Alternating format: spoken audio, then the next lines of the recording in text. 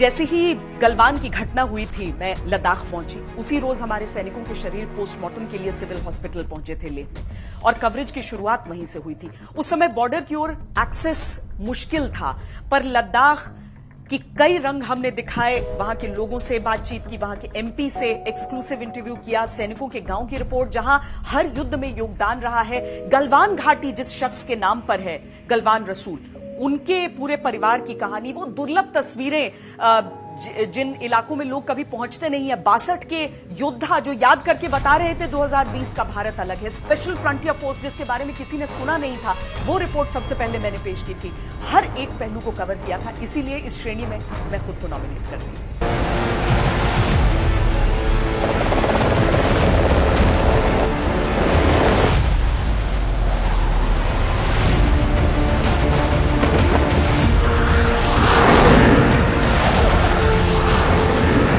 आपने ये यकीन होना चाहिए कि भारतीय सेना जब तक है, हिंदुस्तान की ओर कोई आंख उठाकर नहीं देख सकता। लाइन ऑफ एक्चुअल कंट्रोल पर भारत और चीन के बीच संघर्ष के जो बिंदु बचे हैं, उसमें पेंगोंग त्सो शामिल है।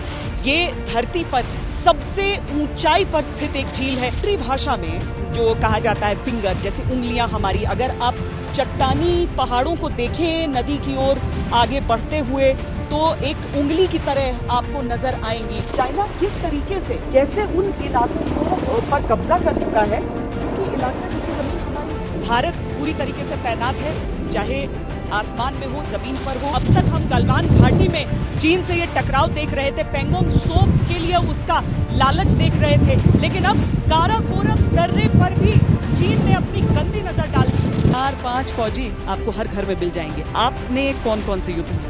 मैं 71 में। हाँ जी। किस सेक्टर में लगा? मैं हम तुतुक सेक्टर में। आपके बेटे भी फौज में? मेरे 2 बेटा है। ये गलवान नाम आपने अपने दादा से लिया? दादा से लिया, बिल्कुल जी। आपको अभी कैसा लगता है जब चाइना बोलता है कि नहीं ये हमारा है, हमारे हिस्से में?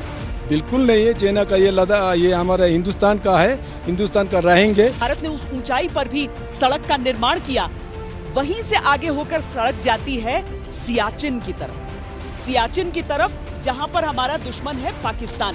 850 किलोमीटर से ज्यादा लंबा दायरा है भारत और चीन की इस लाइन ऑफ एक्चुअल कंट्रोल पर लद्दाख के इलाके में। तो उस हिम्मत को दिखाता है कि किस तरीके से पहाड़ों के सीने को चीर कर भी हम जल्द से जल्द इस तरह की सड़कें बना सकते हैं, इस तरह की सड़कों का निर्माण कर सकते हैं कि हमारी सेनाओं को कभी भी आगे बढ़ने में किस तरह की दिक्कत न आए। यहाँ पर जितने भी लोग मौजूद हैं 80 साल की उम्र के आसपास हैं, सबको अपनी उस उम्र में अपनी जमीन को छोड़कर आना पड़ा था, जब उनके अपने सपने वहीं पर थे। अब देखिए ये त्रासदी है कि एक सीमा लद्दाख की लगती है पाकिस्तान से, दूसरी तरफ है चीन का विश्वासघात। इस समय लेह म्यूजियम में मौजूद हैं, जहां पर समझ लीजिए कि 200 साल का इतिहास संजो कर रखा गया। लद्दाख का पूरा ये क्या, ये सिल्क रूट का हिस्सा जो दिखाया गया है, जो लद्दाख से यारकन तक का है। तक आप करते थे ये? कब तक आप ऊँटों के साथ ले जाते थे सामान से?